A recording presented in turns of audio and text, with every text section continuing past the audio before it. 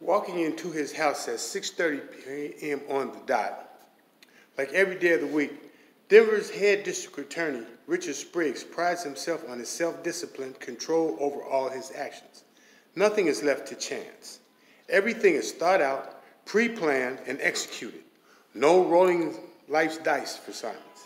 That's why his 16-year-old daughter, presently standing in the middle of his kitchen, but whom he hasn't seen in days, is his living and breathing nightmare.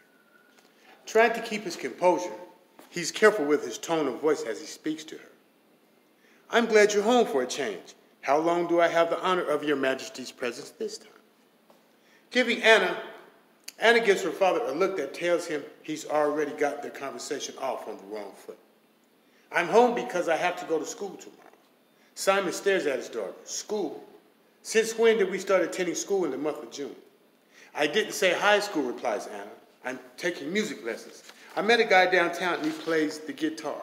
He says I have long fingers and that I should play. The lies roll off of Anna's tongue so easily. And now that I know that how do I know that you're actually going to music school, as you call it, and not some boy's house? Because I said so, Anna snaps back at her father. If I were going to some boy's house, I would say so. Besides, I don't like boys. What? Anna knew that her statement would get on her father's skin, and she couldn't wait to dig all the way into his very heart. That's right, I don't like boys. I like men. Anna starts to walk out the kitchen knowing her father's burning up, and she's loving every second. Losing his precious self-control, Simon yells at his daughter, if your mother were here, Anna cuts him off, turning to face him. If my mother were here, you wouldn't be.